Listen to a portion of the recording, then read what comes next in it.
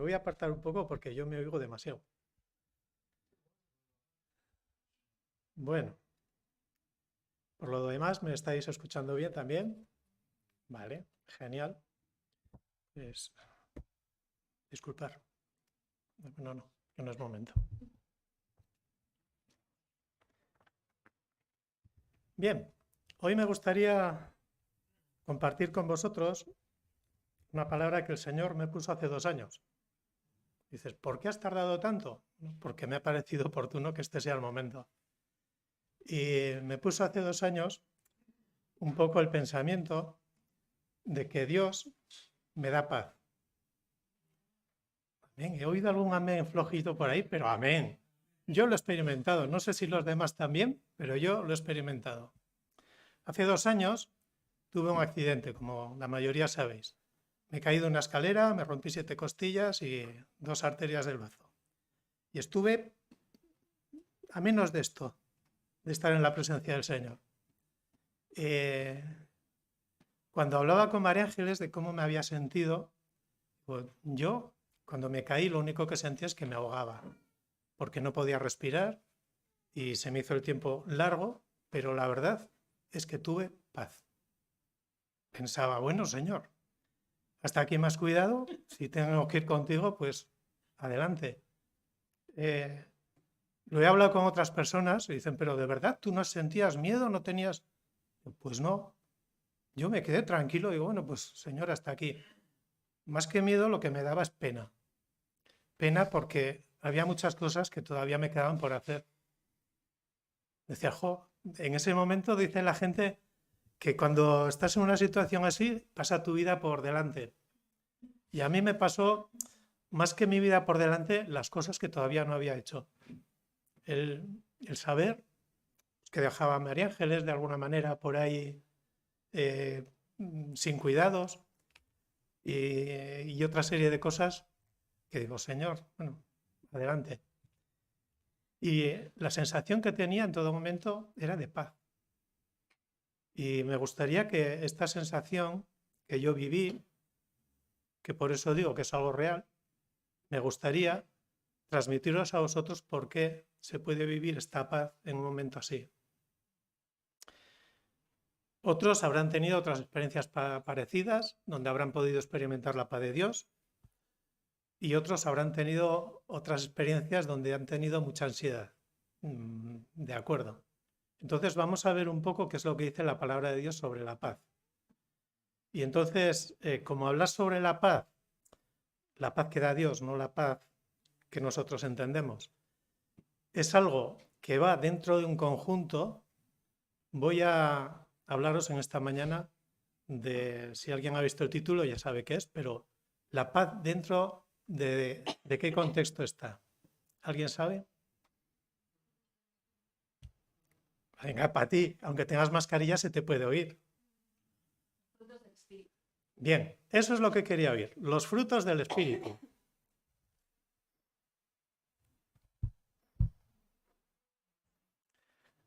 ¿Alguien está de acuerdo que eran los frutos del Espíritu? Andrés hace con la cabeza así. María Ángeles me hace así porque ella tiene una cosa especial conmigo. Vemos las cosas de una manera muy parecida y gracias a eso Dios nos ha mantenido casi 40 años juntos. ¿Los demás estáis de acuerdo que son los frutos del Espíritu? Vale, la mayoría sí. Pues acompañarme a Gálatas, capítulo 5, y vamos a leer desde el versículo 16 hasta el versículo 26. Vamos a ver en qué contexto está esto de los frutos del Espíritu. Dice así la palabra. Este es Pablo el que habla y les está hablando a los Gálatas después de echarles un poco de bronca.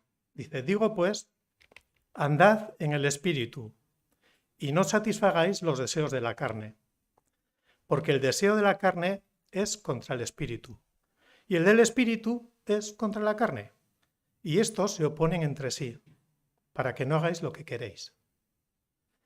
Pero si sois guiados por el Espíritu, no estáis bajo la ley.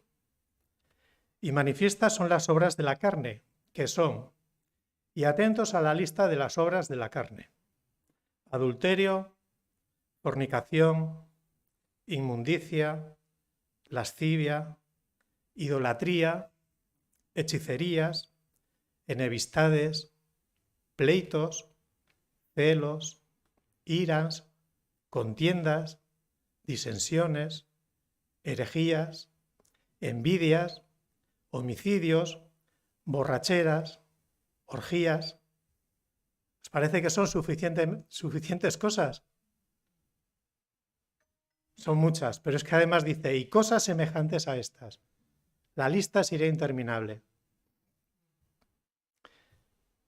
Y dice Pablo, acerca de las cuales os amonesto, como ya os lo he hecho antes, que los que practican, esta palabra es importante, los que practican tales cosas no heredarán el reino de Dios.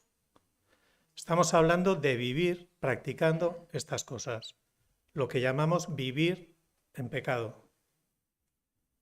Una cosa es pecar, cometer algo de esto que es tan aborrecible. Una cosa es pecar y arrepentirte y que el Señor te restaure. Y otra cosa es vivir practicando el pecado. Son dos cosas diferentes.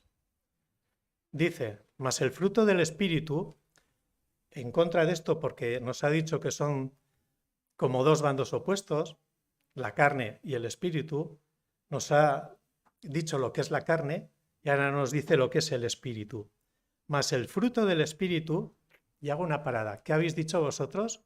¿Cuál era el contexto? Los frutos del Espíritu. Esto es algo que muchas veces lo tenemos un poco interiorizado. Como son varias cosas, pensamos que son varios frutos, pero Pablo está diciendo claramente que es un único fruto. El fruto del Espíritu es, no los frutos. 9.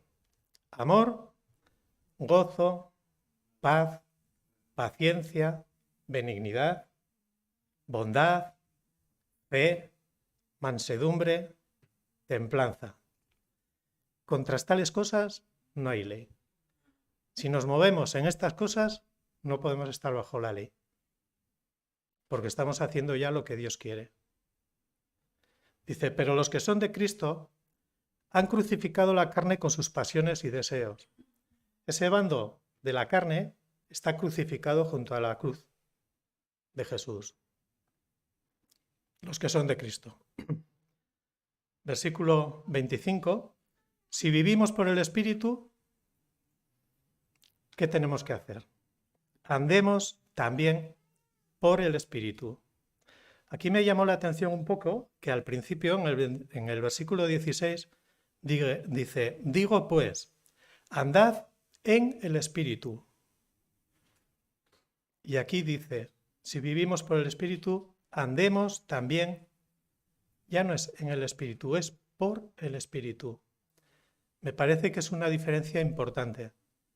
Andar en el Espíritu, vamos a estar atentos a las cosas, pero andar por el Espíritu es andar siendo guiados, siendo conducidos, siendo fortalecidos por ese Espíritu que mora en nosotros. No nos hagamos vanagloriosos, irritándonos unos a otros, envidiándonos unos a otros. Este es el texto que quería compartir con vosotros en esta mañana. Y especialmente, si vivimos por el Espíritu, andemos también por el Espíritu. Si vivimos por el Espíritu, lo que tenemos que hacer es reflejar el fruto del Espíritu Santo. El fruto del Espíritu, que consta de diferentes cosas, como lo hemos visto, ¿no? El amor, gozo, paz, todas esas cosas. Me gustaría parar un poco en ver estas partes del fruto del Espíritu. ¿Esto qué es? Una manzana, un fruto.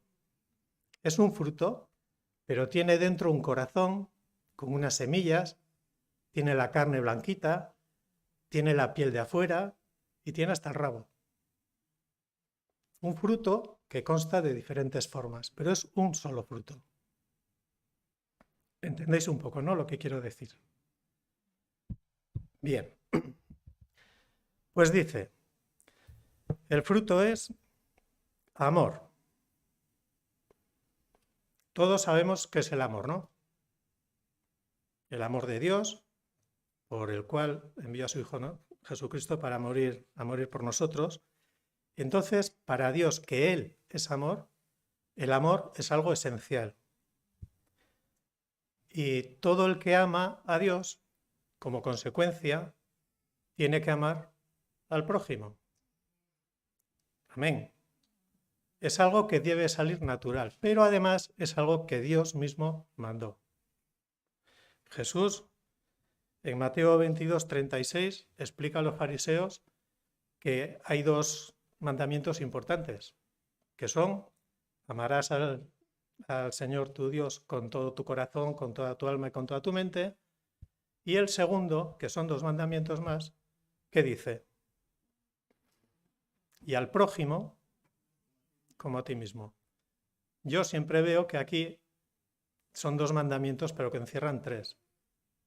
Tenemos que amar a Dios por un lado, tenemos que amar al prójimo como consecuencia de ese amor, pero para poder amarlo tiene que ser a través del amor que nos está llenando a nosotros y que a la vez hace que nos amemos a nosotros mismos.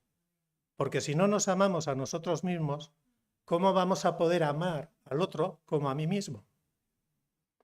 ¿Entendéis un poco la idea?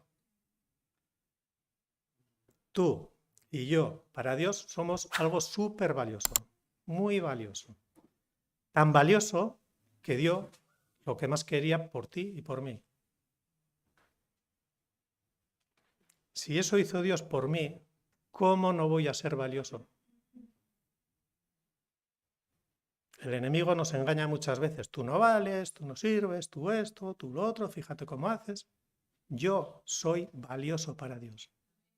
Y si yo soy consciente de esto, de la manera que yo me veo valioso, tengo que ver al que está al lado, aunque me caiga mal, como Dios lo ve, tan valioso como soy yo para Él. Este amor es el que tiene que estar en nosotros si tenemos el Espíritu Santo. En este amor tenemos que andar. Gozo. En otras versiones dice alegría. El gozo y la alegría siempre estamos hablando que son dos cosas diferentes, porque el gozo perdura y la alegría es algo más temporal, que depende más de las circunstancias. Bien, cuando habla aquí del gozo, en Nehemías 8:10 dice que el gozo del Señor es tu fortaleza. La fuerza que tenemos nosotros es el gozo del Señor. El Señor se goza en la fortaleza que Él nos da cuando estamos siguiendo sus pasos. El gozo que Dios da no depende de las circunstancias. Es un gozo, es una sensación, una cosa que tenemos en el interior, que fluye de dentro hacia afuera. Y está basado en saber mentalmente y haberlo sentido que hemos sido perdonados y amados, como decíamos antes. ¿Por quién? Por el Rey de Reyes, el Señor de Señores, el Dios Todopoderoso, el Dios Creador, lo más grande que hay, nos ha amado a nosotros. Y eso nos tiene que dar gozo. ¿O no? Me alegro. Como creyentes, cuando tenemos dificultades, nos ponemos tristes. ¿Vale? Pero no perdemos el gozo. Porque a pesar de estar tristes, de estar pasando malos tiempos, malas circunstancias, malos momentos, a pesar de todo, la obra de Dios en nosotros a través de su Hijo Jesucristo, ese perdón, esas cosas, no lo perdemos. Entonces el gozo siempre lo mantenemos, a pesar de poder estar tristes. La alegría, depende de las circunstancias, se va y se viene. El gozo, depende de las circunstancias, se mantiene. Siguiente parte del fruto, la paz. Os he comentado un poco antes cómo la experimenté yo. Seguramente Algunos tendrán otra experiencia diferente. Pero bueno, la paz de Dios abarca todas las áreas de tu vida y de la mía. Tu vida y la mía está únicamente en las manos de Dios. Entonces, con esa paz debemos vivir. Yo lo experimenté. Dice, ¿es hasta aquí? Pues, Señor, lo que tú quieras. Tu vida y mi vida está en las manos de Dios. Dios es soberano. Me ama mucho, como estamos viendo, que por eso me da paz. Pues seguro que si me ama tanto, Dios va a cuidar de mí. Y seguro que si me ama tanto es porque tiene un propósito para mí en esta vida. Entonces, con esta confianza puesta en Jesús y puesta en Dios, pues aprenderemos a echar fuera el miedo. Y entonces encontraremos la verdadera tranquilidad, que es lo que produce esta paz interior, a pesar de las circunstancias. Esto es parte del fruto del Espíritu Santo. Paciencia. ¡Qué peligro la paciencia! La paciencia es muy importante en la vida. ¿Por qué? Porque siempre estamos esperando a que suceda algo. Siempre estamos esperando. Débora hace poco estaba esperando que poder sacarse el carnet de conducir. Nuestra vida siempre es una espera. Estamos esperando algo. Que me den un ascenso en el trabajo, que llegue fin de mes para cobrar, lo que sea. Siempre estamos esperando algo. Y la paciencia es algo muy importante, que también es un fruto del Espíritu. Pero aquí no hablamos tanto de la paciencia en las cosas materiales, sino en entender las cosas de Dios. ¿Por qué? Porque Dios, como estoy diciendo, tiene un propósito especial para mi vida. Pero yo tengo que vivir en paciencia porque los tiempos de Dios no son mis tiempos. Yo quisiera entender todo ya. Quisiera que todo me pasara ya. Y más ahora que estamos en la sociedad esta de que todo está pasando así, todo súper rápido. Pues tenemos que descansar, tener paz, como decíamos antes, y ejercitar la paciencia porque los tiempos de Dios no son los nuestros. Y los tiempos de Dios son para que las cosas que Él quiere que pasen, que son las cosas buenas porque Él cuida de nosotros, pasen en el momento que Él quiere que pasen. Así que tenemos que ejercitar la paciencia en Dios. Él promete ayudarnos y no abandonarnos. Entonces nosotros tenemos que creer y confiar en esta promesa porque Él siempre obra y Él siempre responde. Así que, hermanos, no os desesperéis. Paciencia, que es un fruto del Espíritu. Benignidad, una palabra un poco difícil que en la NTV han puesto la Reina Valera, se traduce por gentileza, que está bien, las dos cosas se pueden aplicar, y esto se refiere a amabilidad y suavidad hacia los demás. Si nos hemos dado cuenta, amor, gozo, paz, paciencia, estas cuatro partes hablan mucho de la relación que Dios tiene con nosotros y nosotros tenemos con Dios.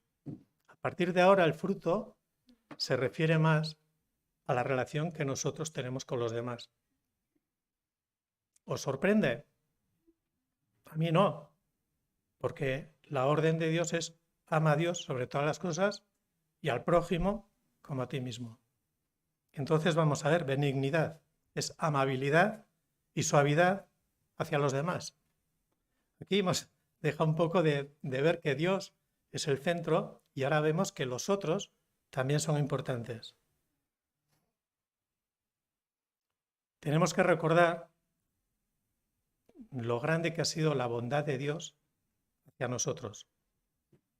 Todo lo bueno que Dios ha hecho por nosotros, cómo Él nos trató, a pesar, y ahora voy a decir una cosa que está muy al orden del día, a pesar de nuestros errores. Salmo 103:10, que lo voy a leer porque me parece interesante, Dice, no ha hecho con nosotros conforme a nuestras iniquidades. Dios no ha hecho con nosotros conforme a nuestras iniquidades, ni nos ha pagado conforme a nuestros errores. Como no tenéis la Biblia abierta, no pone eso. No pone eso. Ni nos ha pagado conforme a nuestros pecados. Hoy en día no es nada popular hablar de pecados. Hoy en día todo lo que sea hablar pecado es que o eres un retrógrado o estás en el siglo XII. Y la Biblia es clara, al pecado le llama pecado.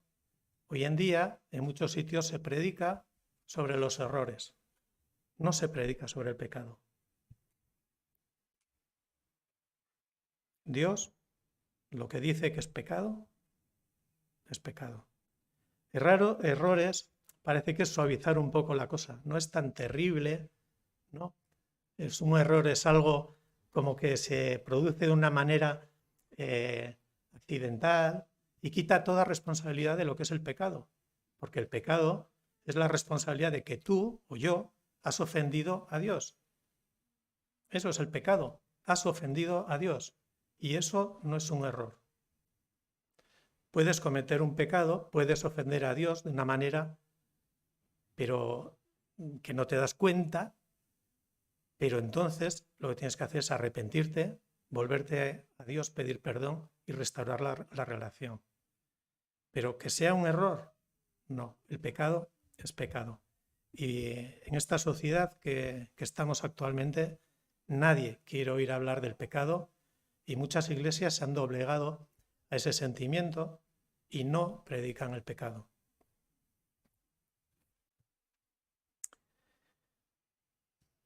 Dios desea transformar tu relación con los demás y mi relación con los demás. Dios quiere trabajar ahí para que tengamos una relación de amabilidad y suavidad con los demás. Si recordamos cada día lo que Dios ha hecho en nosotros y por nosotros, lo amable que ha sido con nosotros a pesar de nosotros, debemos practicarlo con los demás. Debemos amar a los demás, ser amables con los demás a pesar de. Bondad, un poco la misma línea, pero la bondad sale de un corazón que tiene una disposición a hacer el bien. Bondad es que tu corazón quieres hacer el bien. Nosotros no somos buenos por nuestros propios méritos, porque me parece que de los que estamos aquí ninguno somos buenos, ¿o sí? ¿Hay alguno bueno entre nosotros? Bueno, Ilín por lo menos dice que no. Lo único que nos hace buenos y aceptos delante de Dios es la obra de Cristo en cada uno de nosotros. Lo único. Mientras más conscientes seamos de esto, la obra de Dios en nosotros, entenderemos todo lo bueno de Dios que ha hecho por nosotros y cómo tenemos que responder nosotros hacia los demás. Si Dios ha tenido ese sentimiento de hacer lo bueno por nosotros, nosotros tenemos que practicar y tener un sentimiento de hacer lo bueno por los demás. ¿Tu corazón anhela hacer cosas buenas por los demás? No me contestes. Siguiente parte del fruto, fe. En la NTV pone fidelidad. Aquí no estamos hablando de la fe salvífica, sino de la fidelidad, como dice la NTV, un poco más acertadamente en la traducción. Una persona fiel mantiene sus ojos y toda su vida puestas en el objeto de su fe. Y entonces es fiel a ese objeto. Como hijos de Dios, cada uno de nosotros debemos mantener los ojos también puestos en un punto. ¿Cuál es ese punto? Ahora sí quería que me contestarais. En Jesús. Ahí es donde tenemos que tener puesta nuestra mira, y ahí es donde tenemos que ser fieles. Mientras más conocemos a Dios, mientras más nos mantenemos cerca de Él, aumenta nuestra fe y debe aumentar nuestra fidelidad. ¿Por qué? Porque lo conocemos más. Mientras más lo conocemos, más queremos ser como Él. Y Él es fiel. ¿Dios es fiel o no es fiel? Pues nosotros tenemos que ser fieles. Y tenemos que ser dignos de creencia. Vamos a decir así. Si nosotros decimos algo, como dice Dios, si Dios dice algo, eso es así, sí o sí. Si nosotros decimos algo, tiene que ser también así. Amén. No sé si lo explico muy bien, pero yo creo que se puede entender. Nosotros, para los demás, tenemos que ser fieles. No tenemos que ser de doble cara. No tenemos que decir una cosa y luego ir haciendo otra. Tenemos que ser fieles. Tenemos que ser fieles a Dios y tenemos que ser personas, por decirlo de una manera más que se entienda, personas de confianza. Porque Dios tiene total nuestra confianza. Pues nosotros tenemos que ser personas de confianza. Y después vienen los dos últimos partes del fruto, que aquí me gustaría pensar un poco más porque es de lo que normalmente se habla de este fruto, es lo que menos se matiza, me parece a mí. Mansedumbre, y en la NTV también pone humildad, que van de la mano. Y esta parte del fruto, la mansedumbre y la humildad, nos ayudan a aceptar la voluntad de Dios y vivir en paz con Dios y con los demás. Esto es un poco poner en práctica lo que hemos dicho hasta ahora. Nos tenemos que esforzar en ayudar y servir a los demás. ¿Quién piensa en alguien que puede ser manso y humilde? ¿Cómo? Pues los del SEAM funcionan. Jesús, ¿qué decía Jesús? Mateo, en el 11:29 dice: llevad mi yugo sobre vosotros y aprended de mí, que soy... Bien, otra cosa en la que me quería parar. Siempre nos paramos ahí en el versículo. Que soy manso y humilde, o sea que tengo poquitas cosas y soy pobretón. ¿Es eso, no? Humilde es ese, alguien que tiene pocas cosas. Aquí dice la palabra: aprended de mí que soy manso y humilde de corazón. No humilde de pertenencias, no humilde de dinero, humilde de corazón. Jesús trataba a todas las personas de una manera justa y con amor. Aprended de mí que soy justo, que soy manso y humilde. ¿Cómo trataba a las personas? De una manera justa y con amor. Así que, hermanos, tenemos que aprender. Tratar a los demás de una manera justa y con amor. Si aprendemos, o mientras más podamos ir viviendo de esta manera, iremos encontrando cada vez más descanso. Descanso en el Señor. ¿Por qué? Porque no querremos estar en una lucha de si yo tengo razón, yo no sé. No, hay que ser manso y humilde y podremos alcanzar un tiempo de descanso. Me gustaría matizar. ¿Qué es esto de ser manso y humilde, no? Ser manso, vamos a ver lo que no es. No significa ser débil. Es al contrario. El manso tiene una gran fuerza interior que le permite poner su voluntad y sus reacciones bajo el control de Dios con total confianza. Y para esto hace falta mucha fuerza. Un manso no es un débil. No se deja llevar por sus emociones. El que se irrita fácil y así no es manso. no reacciona sin control. Más bien vive bajo el dominio del Espíritu Santo, permitiendo que le muestre dónde hablar y dónde hacer uso de sus, como diría, no me sale la palabra, pero bueno, dónde decir yo tengo razón y mantenerlo, ¿vale? Sí, en sus convicciones mantenerlas firmes, con firmeza. El manso no lucha contra la voluntad de Dios. ¿Cuántas veces, a lo mejor en nuestra misma vida, hemos visto que Dios nos quiere llevar para un sitio y hemos dicho, pero es que yo prefiero hacer por aquí, por allá, ya llegaré allí, pero dando esta vuelta no. El manso no lucha contra la voluntad de Dios. ¿Por qué? Porque siempre vamos a aprender cosas por las experiencias que Dios nos ponga delante.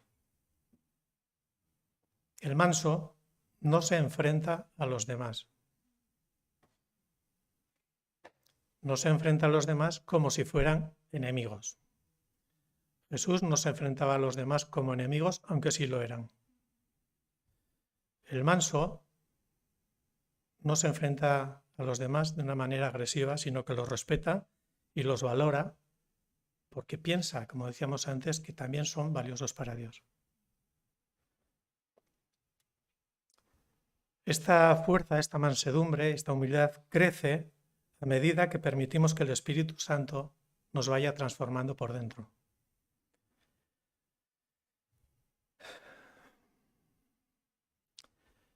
Esto sirve para que la obra de Dios en nosotros se vaya utilizando, se vaya realizando, y que lo que quiere hacer Dios con nosotros se pueda ir haciendo. Dos cosas, lo que Dios quiere hacer en nosotros y lo que Dios quiere hacer a través de nosotros. Esto que estoy diciendo de no se enfrenta a los demás parece que tenemos que ser apocaos, yo que sé, que no tenemos que decir nada. Al contrario, no nos tenemos que callar ante lo que está mal. Ser manso nos ayuda a hablar a favor de la justicia, a defender la justicia, pero siempre mostrando respeto, aunque los demás no estén conformes o de acuerdo a lo que nosotros tenemos que decir. El respeto es importante. Un manso, un humilde, tiene que tener mucho respeto. Pero esto no quiere decir, como estoy diciendo, que no pueda decir nada. No, no. Tiene que decir todo lo que sea justo. La mansedumbre, ser manso, no significa ser pasivo. La mansedumbre nos ayuda a enfocar las cosas para que hagamos lo correcto y de una manera que honre a Dios y que honre a los demás. Esto es la mansedumbre. Jesús no respondió con insultos. Nosotros tampoco tenemos que responder así. Jesús muchas veces guardó silencio. Es cierto, ¿no? Le pegaban, le hacían lo que sea y él guardó silencio. Pero ¿cuántas veces habló la verdad con firmeza, pero con amor? Otro montón de veces. Las cosas son así y él mantenía que las cosas eran así y lo hacía con firmeza y con amor. Tenemos que aprender de Jesús que era así.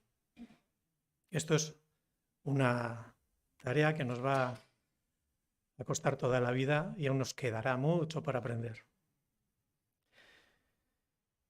¿Cómo distinguía Jesús cuándo debía hablar, cuándo debía callar, cuándo debía actuar? ¿Alguien sabe la respuesta? No me vale porque era Dios. Cuando le preguntaban, ¿eres tú esto? Dice, tú lo has dicho. Muy bien. Jesús se mantenía en contacto, en continuo contacto con el Padre. Ese es el gran secreto. Y siempre, siempre quería hacer la voluntad de su Padre. Esas dos cosas son el gran secreto para poder vivir siendo manso y humilde. ¿Os sentís identificados? ¿Vosotros sois mansos y humildes? Yo un poco. A veces no, muchas veces no. El manso, por lo que estoy diciendo, no tiene que dejar nunca pasar las injusticias sin hablar ni actuar. No es un pasota, no es un apocao que no tenga nada que decir. Tenemos que hablar, tenemos que actuar cuando vaya en consonancia con Dios y cuando sintamos que el Señor está con nosotros y estamos haciendo su voluntad. No hablar por una reacción física o por una reacción emocional y encima que sea descontrolada. Ahí es cuando nos perdemos. Tratemos a los demás como deseamos ser tratados nosotros. ¿Cómo deseamos ser tratados? Con amor, con respeto y con dignidad. ¿Nos gustaría ser tratados así? Pues tratemos a los demás así. Mientras más nos estemos tratando así, más nos estaremos tratando entre todos así. Y por último, la templanza, que también es el dominio propio. Teniendo el Espíritu Santo en nosotros, podremos dominar los deseos de la carne. Que al fin es todo lo que estoy diciendo. Hay una lucha entre el espíritu y la carne. Los deseos del espíritu, el fruto del espíritu y los deseos de la carne. Y hay una lucha continua. Pues el dominio propio, la templanza, es un arma fundamental para vencer los deseos de la carne, para hacer ganar a la parte del fruto del espíritu. Esto también es una fortaleza, o sea, una señal de fortaleza en el Señor. Si tenemos dominio propio, es una señal de que estamos fuertes en el Señor. Es obedecer a Dios, aun cuando nuestros deseos intenten llevarnos por otro camino. Es obedecer a Dios para que seamos humildes cuando de nuestro interior sale el deseo de gritar y de pelear como si fuera una batalla campal contra otra persona. Dios nos ayuda siempre a actuar con su sabiduría. Pero para eso tenemos que buscar su dirección en todo momento. Y con la ayuda del Espíritu Santo podremos lograrlo. Si no buscamos la dirección de Dios y no contamos con la ayuda del Espíritu Santo, el dominio propio va a ser muy propio, pero poco de dominio. La vida pecaminosa, como hemos visto antes cuando hablaba del fruto del pecado, ¿no? Se caracteriza por el desorden, la inmoralidad y el satisfacer nuestros deseos de la carne. La vida en el Espíritu refleja el fruto del Espíritu, donde debemos poder controlar nuestros impulsos y nuestras emociones.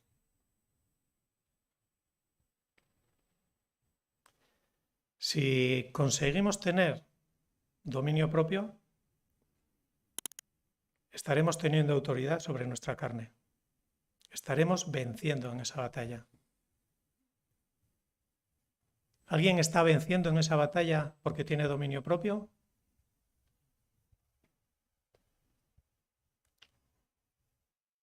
Sería muy prepotente decir, sí. ¿Qué pasa entonces si no tenemos esa victoria tan al alcance, bueno, al alcance de la mano está, pero tan interiorizada?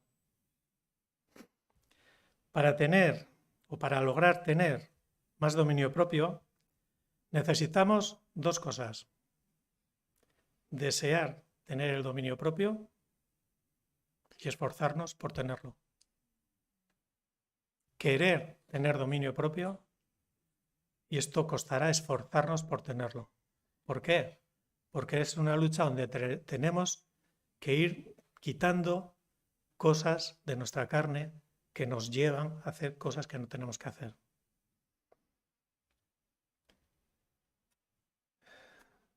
Mientras estemos aquí y no estemos con el Señor, seguiremos teniendo esta lucha espiritual.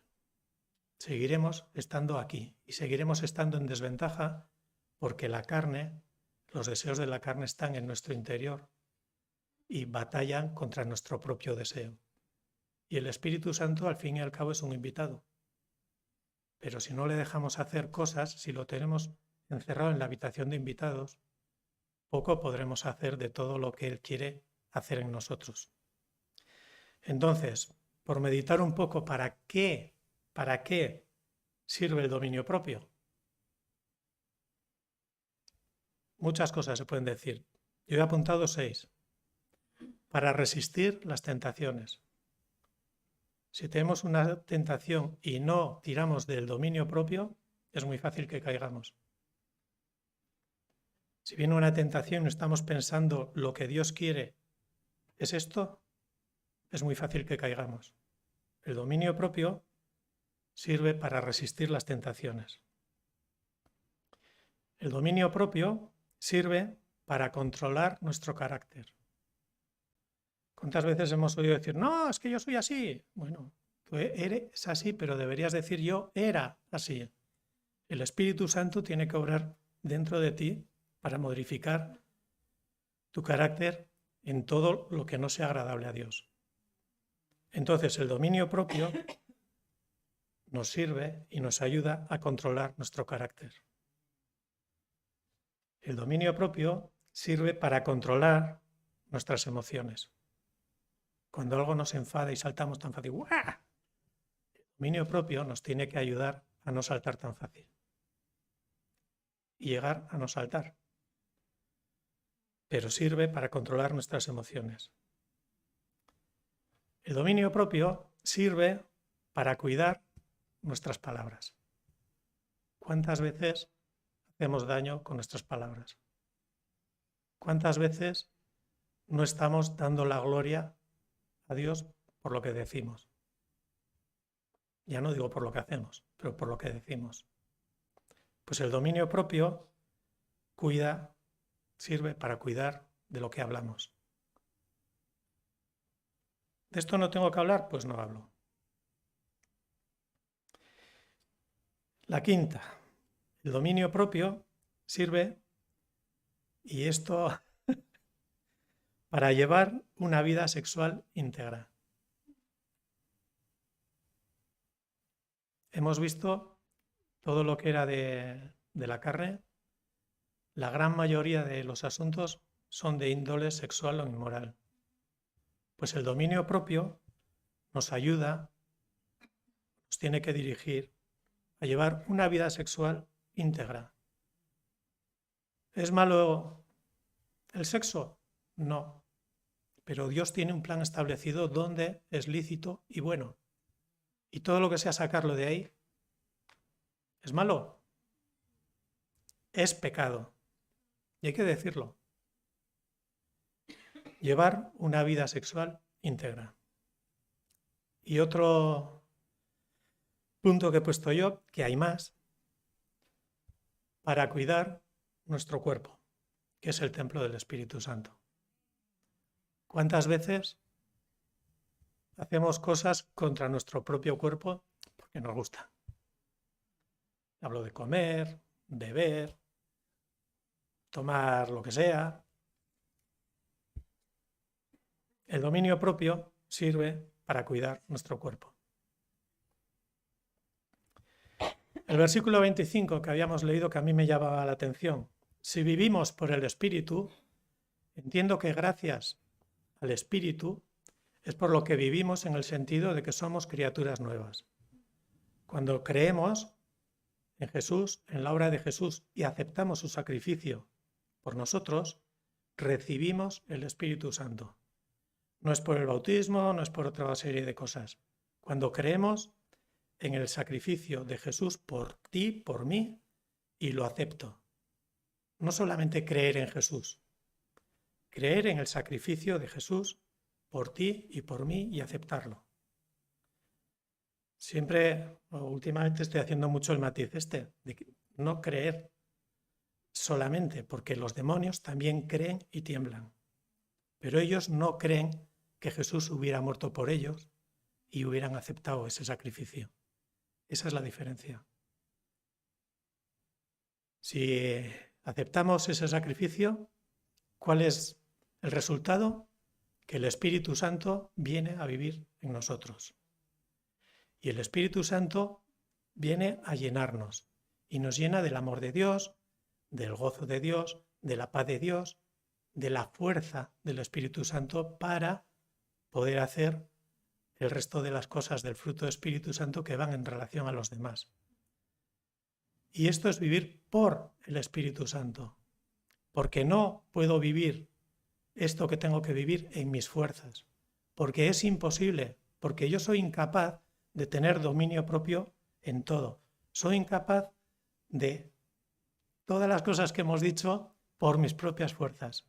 Es solamente por el Espíritu Santo por el que podemos hacer algo. Lo poco que hacemos es por eso. Deberíamos hacer mucho más. ¿Cómo podemos hacer más? Mientras más dejemos o dejemos que el Espíritu Santo pueda obrar en nuestras vidas. Mientras más estemos comprometidos con Él y le dejemos actuar, más podremos mostrar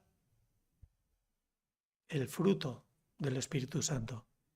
El fruto que es uno. Cuando nos encontramos con alguien, ¡no! Yo soy creyente porque yo muestro el amor de Dios a mí, porque yo amo a pero con aquel me llevo mal, con el otro no sé qué, no sé cuántos.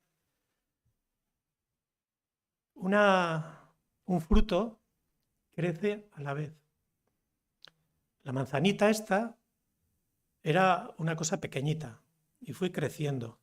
Se le fue desarrollando el corazón, se le fue desarrollando la carne. Pero hermanos, ¿vemos que la manzana crece por un lado y por el otro no? Crece por todas partes iguales. Irá cogiendo un tamaño mayor a la vez. No puede ser que yo crezca en fe, que yo crezca solamente en amor y no crezca en dominio propio. No puede ser.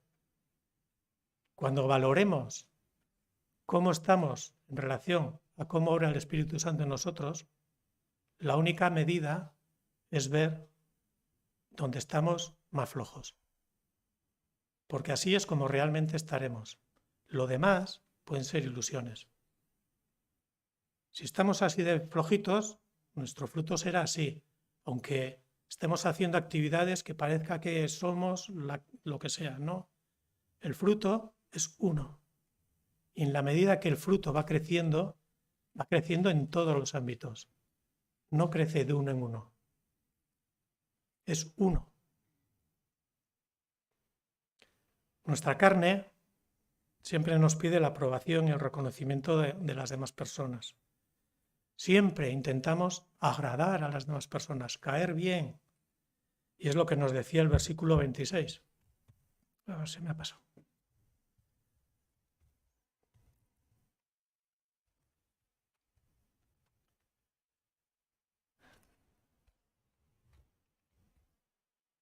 No nos hagamos vanagloriosos.